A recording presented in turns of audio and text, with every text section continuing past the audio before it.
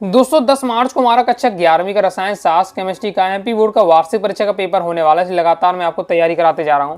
अब दोस्तों बिल्कुल कम समय रह गया हमारे पास, ओके, बिल्कुल कम समय रह गया है। तो मैं आपको क्या एडवाइस देना चाहूँगा कि किस तरीके से आपको तैयार करना है। ओके, 3-4 घंटे आपके पास हैं, तो मैं यही कहूँगा कि जैसे अगर आपने क्या है, सबसे पहले तो आप क्या करिएगा, क्लास 11th केमिस्ट्री की वार्षिक परीक्षा में क्वेश्चन आंसर नाम से प्लेलिस्ट होगी, प्लेलिस्ट पे जाइएगा और वहाँ से पहले आपको क्रम से 2 नंबर वाले, 3 नंबर वाले, 4 नंबर वाले प्रश्न देख लीजिएगा, वस्तुनिष्ठ देख लीजिएगा।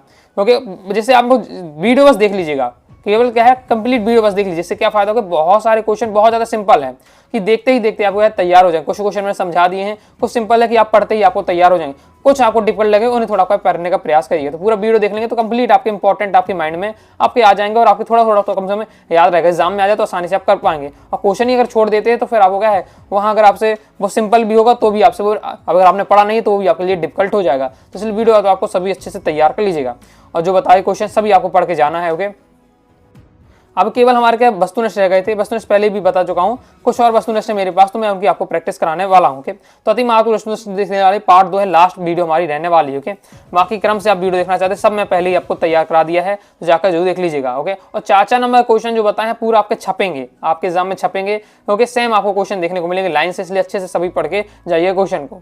तो जिंदगी से यही सीखा है, मेहनत करो रुकना नहीं है, हालात कैसे भी हो किसी के सामने झुकना नहीं है। सबसे पहले आ जाते हैं बहुविकल्पी प्रश्न। ये हमें नंबर दिया हुआ, इसमें सार्थक अंकों की संख्या बतानी है। सार्थक अंक आपको निकालते बनना चाहिए, तो देख लेते हैं इसमें सार्थक अंक आपके कितने होंगे, 3 होंगे, क्योंकि रूल क्या रहता है कि दशमलव के दो एक आपकी अशून्य संख्या के जो पहले जितने भी जीरो होते हैं, ओके, और दशमलव के बाद वो गिने जाएंगे, तो आपकी ये 2 दिन की गिनती होगी, बाकी जीरो की गिनती नहीं होगी, दशमलव के पहले वाले जीरो गिनती नहीं होगी। ओके, इस प्रकार से तो ये केवल आपके 3 यहाँ सार्थक अंग हैं। नेक्स्ट है आवर्त सारणी में समूह या वर्ग में ऊपर से नीचे जाने पर प्राय, जब ऊपर से नीचे जाते हैं तो परमाणु का आकार क्या होता है, बढ़ता है। परमाणु का आकार क्या है, बढ़ता है।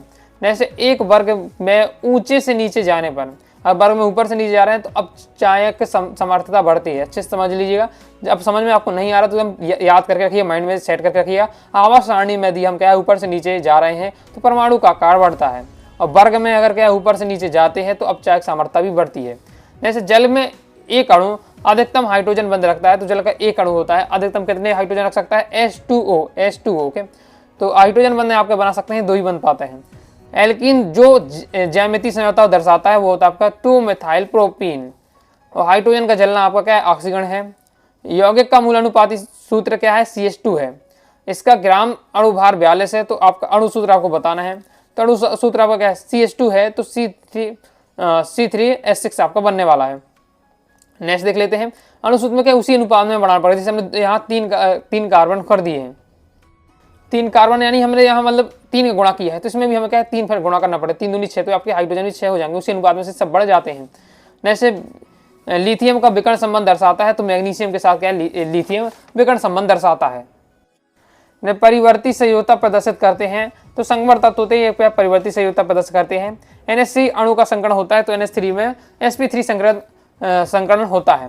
क्लोरीन में सर्वाधिक ऑक्सीकरण अवस्था किसमें है, तो इसमें आपको देखें तो HClOH वाले में, O4 वाले में आपके साथ सर्वाधिक ऑक्सीकरण अवस्था है क्लोरीन की। एक न्यूक्लियोफाइल है, तो एक इलेक्ट्रॉन धनी स्पीशीज है।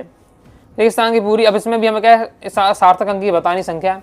तो यहाँ देख ले, तो यहाँ सार्थक अंक आपके 4 होंगे। क्यों, क्योंकि देखिए 2 अशून्य नंबर होते हैं, अशून्य संख्या होती है, उनको तो हम गिनते ही हैं। इसके साथ ही जो जीरो की बात करते हैं, जीरो में हमें थोड़ा समझना पड़ता है। तो अशून्य कहा जाता है, नियम होता है कि 2 अशून्य आपकी संख्या के बीच आने वाले जीनों को क्या हम क्या गिनते हैं, तो ये आपको गिनेंगे और इनको भी गिनेंगे, यानी टोटल 4 हैं आपके। तीसरी कक्षा से संबंधित कुल कक्षकों की संख्या हो जाएगी 9। वह संगमर धातु है, तो आयरन है आपकी संकर धातु है। सहसंयोजन यौगिक का गलनांक समानता क्या होता है, कम होता है। प्रबल अम्ल और प्रबल क्षार की उदासीनीकरण ऊष्मा का मान क्या होता है, -57 किलोजूल होता है।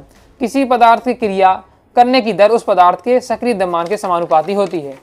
किसी पदार्थ के 1 मोल में उपस्थित कणों की संख्या को क्या कहते हैं, हम अवोगाद्रो संख्या कहते हैं। इंपॉर्टेंट है, 2 नंबर में आपसे पूछा जाएगा अवोगाद्रो संख्या क्या है, तो आपको 2 नंबर में कवर कराया था, तैयार करके आपको रखना है।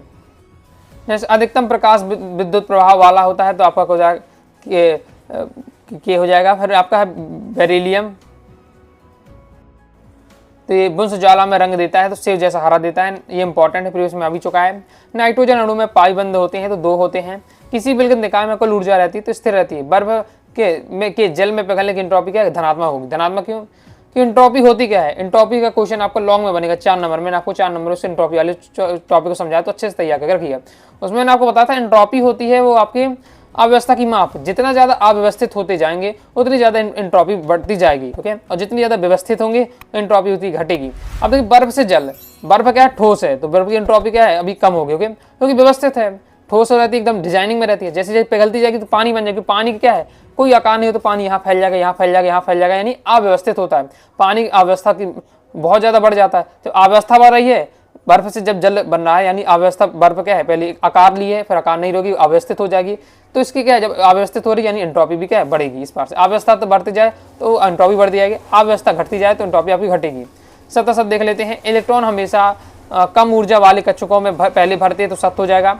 एंट्रोपी एवं मुक्त ऊर्जा दोनों निकाय के दाब पर निर्भर करते हैं, सत्य हो जाएगा। मूलानुपाती सूत्र ही आणविक सूत्र है, तो असत्य हो जाएगा, क्योंकि मूलानुपाती सूत्र आणविक सूत्र में अंतर होता है। बता चुका हूँ, यहाँ से क्वेश्चन आना आपका 100% फिक्स है। क्वेश्चन आपका बनेगा मूलानुपाती सूत्र कैसे कहते हैं, उदाहरण से बताइए। आणविक सूत्र कैसे कहते हैं, उदाहरण से बताइए। मूलानुपाती सूत्र, आणविक सूत्र में अंतर, तो सब मैं आपको कवर करा चुका हूँ। तीनों क्वेश्चन मैंने बताए हैं। कार्बन द्विबंध या त्रिबंध बनाने की प्रवृत्ति होती है, तो सत्य हो जाएगा। एसिटिलीन में केवल पाई बंध होते हैं, तो ये आपका सत्य है। संतृप्त हाइड्रोकार्बन योगात्मक अभिक्रिया देते हैं, ये आपका सत्य है। इलेक्ट्रॉन में द्वितीय प्रकृति पाई जाती है, तो सत्य है। भाली भांति बंद थर्मस फ्लास्क विलगित निकाय का उदाहरण है, तो ये भी आपका सत्य हो जाएगा। दाब कम करने से क्वथनांक घट जाता है, तो ये भी आपका सत्य हो जाएगा। इसके बाद नेक्स्ट है, किसी कार्बनिक यौगिक में नाइट्रोजन तथा सल्फर की पहचान लेगेंसेग परीक्षण द्वारा की जाती है, तो ये भी सत्य हो जाएगा। सल्फर की परीक्षण की पहचान किसी द्वारा की जाती है, लेसेग्ने परीक्षण द्वारा की जाती है, याद रखिएगा। ये आपसे क्या है, और इसके आगे जैसे मैं बताऊंगा जेलॉर्ड विधि होती है। जेलॉर्ड विधि से नाइट्रोजन का आकलन किया जाता है। ये परीक्षण आकलन वाला जरूर तैयार करिए। ऑब्जेक्ट में ये क्वेश्चन इस प्रकार से आ जाता है कि सल्फर का परीक्षण कैसे करेंगे और नाइट्रोजन का आकलन कैसे करेंगे, जेलॉर्ड विधि द्वारा। और उससे पहले मैंने आपको बताए हैं कुछ।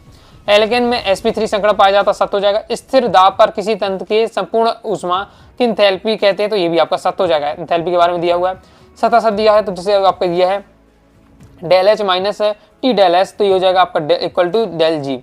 जेलार्ड विधि जो भी आपको होता है, नाइट्रोजन का आकलन होता है। ब्रह्मांड की एंट्रोपी क्या है, लगातार बढ़ रही है। ब्रह्मांड की एंट्रोपी जैसे जैसे आप देख रहे हैं अभी वर्तमान समय में, तो अव्यवस्था बढ़ती जा रही है। ओके, पूरे विश्व में अव्यवस्था बढ़ती जा रही है, इसलिए हम कह सकते हैं कि अव्यवस्था बढ़ती जा रही है, इसलिए एंट्रोपी बढ़ रही है। डेली बराबर हो जाएगा आपका आंतरिक ऊर्जा में अंतर, और दाब बराबर होता है आपका हो जाएगा पास्कल। इलेक्ट्रॉन युग्म दाता आपका लुच्छा। सीएनजी, तो सीएनजी हो जाएगा कंप्रेस्ड नेचुरल गैस है। सल्फर का आकलन, देखिए सल्फर का आकलन पूछ लिया गया आपसे, तो मैसेंजर विधि द्वारा होता है। फिर सी और एच का आकलन किससे द्वारा, तो लिविंग विधि द्वारा होता है, यानी कार्बन हाइड्रोजन का आकलन में करना है तो लिविंग विधि द्वारा होता है। नाइट्रोबेंजीन, तो नाइट्रोबेंजीन का फॉर्मूला है C6H5NO2। तैयार करके रखिएगा, आकलन वाला तो जरूर आपको पढ़ के रखना है। शब्द का आपको क्या बताना, एक शब्द एक वाक्य में आपको उत्तर देखना है। पहला है IUPAC का पूरा नाम क्या है, प्रीवियस में कई बार आ चुका है, तो तैयार करके रखना है। तो international union for pure and applied chemistry. जैसे किसी ठोस पदार्थ का बिना द्रव अवस्था में आए बास में परिवर्तन होना, ऊर्ध्वपातन कहलाता, क्या कहलाता, तो ऊर्ध्वपातन कहलाता है। सिंपल, जैसे आपका कपूर को एग्जाम्पल है। कपूर क्या है, ऊर्ध्वपातन होता है कि सीधे ठोस में रहता है कपूर, जब जलाएंगे तो सीधे क्या है, बास में परिवर्तित हो जाता है, वो द्रव में लिक्विड में आता ही नहीं। इस बार से IUPAC नाम बताना बिल्कुल सिंपल है। कार्बन कितने होंगे हैं यहाँ, 1 2 3 कार्बन है आपके, 3 होगा तो आपका क्या होगा, एथ में प्रोप होगा, तो प्रोप लगेगा।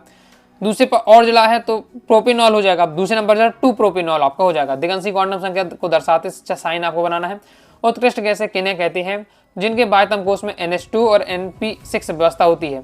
ठोस के द्रव में बदलने पर एंट्रोपी में क्या परिवर्तन आता है, तो एंट्रोपी क्या बढ़ती है। जैसे बर्फ का क्या है, जल में जब कन्वर्ट हो रहा है तो एंट्रोपी क्या बढ़ रही है। नेक्स्ट है Al2O3 की प्रकृति कैसी होती है, उभयधर्मी है आपका ये। गैलुसेक का नियम, स्थिर आयतन पर गैस की निश्चित मात्रा का दाब उसके परम दाब के समानुपाती होता है। संगवर तत्व का समान इलेक्ट्रॉनिक विन्यास आपको तैयार करना है। आधुनिक आवर्त सारणी में कितने तत्व हैं, कितने आवर्त हैं, तो 7 आवर्त हैं। तो ये हमारा कंप्लीट हो जाता है। इस प्रकार से दोस्तों मैं आपको वस्तुनिष्ठ जो कुछ और रह गए थे कवर करा दिए हैं कंप्लीट। मैंने आपको क्या है, क्लास 11 केमिस्ट्री सब्जेक्ट के इंपॉर्टेंट क्वेश्चन आंसर की तैयारी करा दी। 2 अंक की वाली, 3 अंक की वाली, 4 अंक की वाली वस्तुनिष्ठ बता दी है। क्रम से वीडियो देखना चाहते हैं तो क्लास 11 केमिस्ट्री की है, वो वार्षिक परीक्षा इंपॉर्टेंट क्वेश्चन आंसर की प्लेलिस्ट पे जाकर आप वीडियो देखकर अच्छे से तैयारी कर लीजिएगा। तो आइए आपको वीडियो से लाइक करें, सब्सक्राइब कर दीजिएगा। टेलीग्राम चैनल व्हाट्सएप ज्वाइन कर लीजिएगा, और डाउट आता है तो कमेंट बॉक्स में पूछ लीजिएगा। मिलते हैं नेक्स्ट वीडियो में, तब तक के लिए बाय बाय।